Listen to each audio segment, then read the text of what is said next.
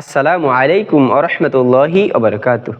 আলহামদুলিল্লাহ, সম্মানিত দিনদার মুসলমান ভাই ও বোনেরা, সকলকে জানাই আন্তরিক শুভেচ্ছা ও অভিনন্দন। সম্মানিত বন্ধুগণ, আজকে মক্তব গড়ের 12তম ক্লাস। আজকের ক্লাসে শিখব আল্লাহ শব্দ কখন মোটা করে পড়তে হবে, কখন পাতলা করে পড়তে হবে। সম্মানিত বন্ধুগণ, চলুন আজকের ক্লাস শুরু করা যাক।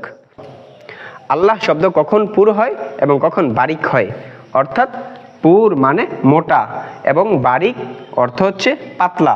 কখন পাতলা হবে, কখন মোটা হবে, অর্থাৎ আল্লাহ শব্দের ডানে যখন জবর অথবা পেশ থাকবে, জবর অথবা পেশ থাকবে, যখন আল্লাহ শব্দের ডানে জবর অথবা পেশ থাকবে তখন আল্লাহ বলতে হবে।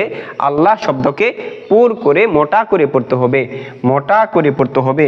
অর্থাৎ আল্লাহ শব্দের ডানে যখন, আল্লাহ শব্দের ডানে যখন জবর অথবা পেশ, জবর অথবা পেশ হবে তখন আল্লাহ শব্দকে মোটা করে পড়তে হবে, আল্লাহ বলতে হবে।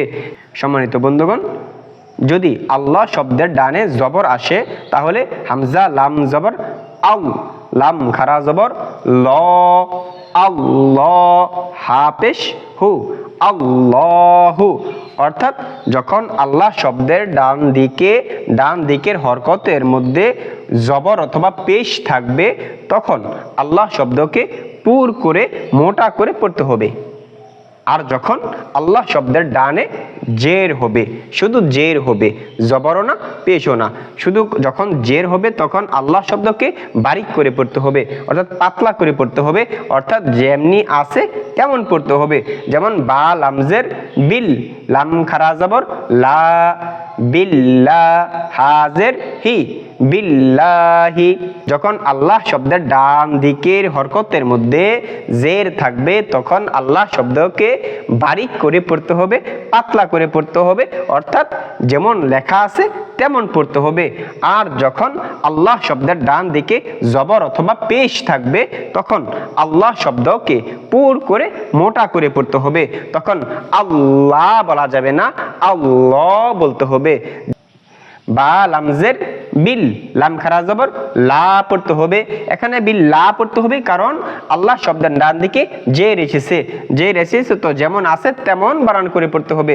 বা লামজের বিল, লাম খারা জবর লা, বিল্লা, হাজের হি, বিল্লাহি, বিসমিল্লাহি, মিল্লাহি। অর্থাৎ যখন আল্লাহ শব্দের ডান দিকে জের থাকবে তখন আল্লাহ শব্দকে বারিক করে পড়তে হবে। আর যখন আল্লাহ শব্দের ডান দিকে জবর অথবা পেশ থাকবে তখন আল্লাহ শব্দকে পুর করে পড়তে হবে। যেমন হামজা লাম জবর আল, লাম খারা জবর ল, আল্লাহ, হা পেশ হু, আল্লাহু। আল্লাহ শব্দ কখন পুর এবং বারিক হবে এক কথায় বলা হয় যখন আল্লাহ শব্দের ডান দিকে জবর অথবা পেশ থাকবে তখন আল্লাহ শব্দকে পুর করে পড়তে হবে। আর যখন আল্লাহ শব্দের ডান দিকে জের থাকবে তখন আল্লাহ শব্দ যেমন আছে তেমন পড়তে হবে, পুর হবে না, বরং সে বারিক করে পড়তে হবে, পাতলা করে পড়তে হবে। এজন্য এই সহজ নিয়মটাকে কঠিন করতে চাচ্ছি না। আজকে ক্লাস এখানেই শেষ করতেছি। আসসালামু আলাইকুম ওয়া রাহমাতুল্লাহি ওয়া বারাকাতুহু।